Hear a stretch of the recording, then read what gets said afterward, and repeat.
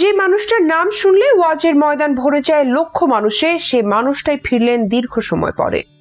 অবশেষে সকল জল্পনা কল্পনা পেরিয়ে দীর্ঘ 4 বছর পর বাংলার মাটিতে পা রাখলেন জনপ্রিয় ইসলামিক বক্তা মিজানুর রহমান আজহারী। বাংলাদেশের সবচেয়ে পরিচিত মুখ এবং জনপ্রিয় ইসলামী বক্তাদের একজন এই ইসলামিক স্কলার বাংলাদেশের মাটিতে নিজের জন্য বৈরী রাজনৈতিক পরিবেশের কারণে বাধ্য হয়ে বিদেশে পাড়ি জমিয়েছিলেন জনপ্রিয় এবং সুপরিচিত এই আলেম।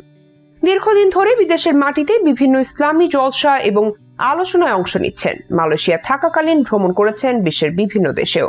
সাবেক প্রধানমন্ত্রী শেখ হাসিনার সরকারের আমলেও যেভাবে দেশের বাইরে বাইরে থেকেও আল্লাহর দিন কায়েমে যেভাবে সময় দিয়েছেন তা নিঃসন্দেহে অনুপ্রেরণা যোগায়। সে মানুষটাই দেশে ফিরলেন, জানালেন নিজের অনুভূতি।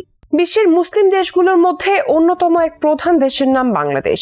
বঙ্গোপসাগরের তীরবর্তী এবং প্রায় 3 পাশে ভারতের অবস্থানের ফলে বিশ্ব মানচিত্রে একটি গুরুত্বপূর্ণ জনপদ হিসেবে বিবেচিত হয়েছে বাংলাদেশ, যার বদৌলতে বাংলাদেশের রাজনীতিতে বিভিন্ন ধরনের সমীকরণ দেখা গিয়েছে। বিশেষ করে বঙ্গোপসাগর কেন্দ্রিক সমুদ্র ও তার আশেপাশে ছড়িয়ে থাকা সম্ভাব্য খনিজ সম্পদ খুঁজতে চায় বিশ্বের অনেক পরাশক্তি দেশ। ফলে রাজনীতিতে টালমাটাল অবস্থা সৃষ্টি করতে না পারলে দেশ জুড়ে অস্থিরতা সৃষ্টি হবে না, আর অস্থিরতা সৃষ্টি না হলে পরিবর্তন হবে না সরকারও। তাই পৃথিবীর নানা দেশের মতো করে বাংলাদেশেও চলছে রাজনৈতিক মেরুকরণের বাতাবরণ। আর এসবের ভেতর দিয়ে দীর্ঘ 4 বছর পর বিদেশ থেকে বাংলাদেশে ফিরলেন আন্তর্জাতিক খ্যাতিসম্পন্ন মুফাসসিরে কোরআন, ইসলামিক স্কলার মাওলানা মিজানুর রহমান আজহারী। গত 2রা অক্টোবর নিজের ভেরিফাইড ফেসবুক অ্যাকাউন্ট পেজে তিনি নিজেই এই তথ্য নিশ্চিত করেছেন। সন্ধ্যা 6:30টার পর দেওয়া ওই পোস্টে আজহারী বলেন, আলহামদুলিল্লাহ, সালামাতে প্রিয় মাতৃভূমিতে এসে পৌঁছালাম। পরম করুণাময় এই প্রত্যাবর্তনকে বরকতময় করুন, দোয়ার নিবেদন। এছাড়া আলাদা এক পোস্টে মিজানুর রহমান আজহারীর মামা মোশাররফ হোসেন বিমানবন্দরে তাকে ফুল দিয়ে শুভেচ্ছার ছবি পোস্ট করেন। তিনি বলেন,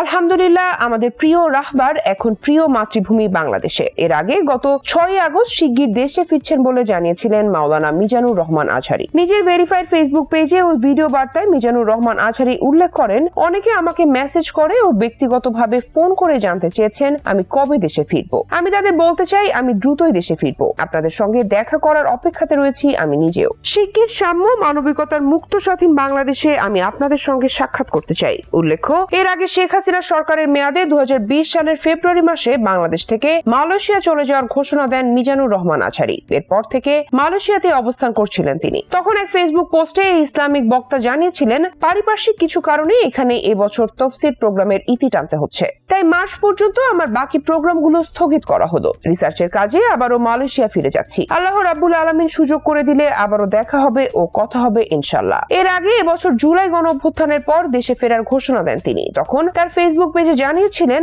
অনেকে আমাকে মেসেজ করে ও ব্যক্তিগতভাবে ফোন দিয়ে জানতে চেয়েছেন আমি কবে দেশে ফিরবো। আমি তাদের বলতে চাই আমি দ্রুতই দেশে ফিরবো বলে নিজ পোস্টে জানান এই ইসলামিক স্কলার। মালয়েশিয়া 4 বছর কাটানো মাওলানা মিজানুর রহমান আজহারী সাহেব আরো লেখেন, তাজা রক্তের মাধ্যমে যারা আন্দোলনকে সফল করেছেন সেই শহীদদের শ্রদ্ধা ভরে স্মরণ করছি, তাদের রুহের মাগফিরাত কামনা করছি, আহতদের দ্রুত সুস্থতা কামনা করছি। বৈষম্য বিরোধী আন্দোলনে যারা নেতৃত্ব দিচ্ছেন এবং এখনো কষ্ট করে যাচ্ছেন তাদের শুভেচ্ছা জানাই। আর এই দেশে ফেরার ঘটনায় অনেকেই ভাবছেন নতুন করে কোনো এক রাজনৈতিক দলের সঙ্গে যুক্ত হতে পারেন আজহারী, কিন্তু বাংলাদেশের কয়েকটি প্রথম সারির ইসলামিক দল যখন একজোট হবার ঘোষণা দিয়েছে, তাই অদূর ভবিষ্যতে মাওলানা মিজানুর রহমান আজহারীকে নতুন ভাবে রাজনীতির মাঠে দেখা গেলেও অবাক হওয়ার কিছু নেই। তবে তা এখনো খোলাসা করেননি জনপ্রিয় ইসলামিক বক্তা মিজানুর রহমান আজহারী।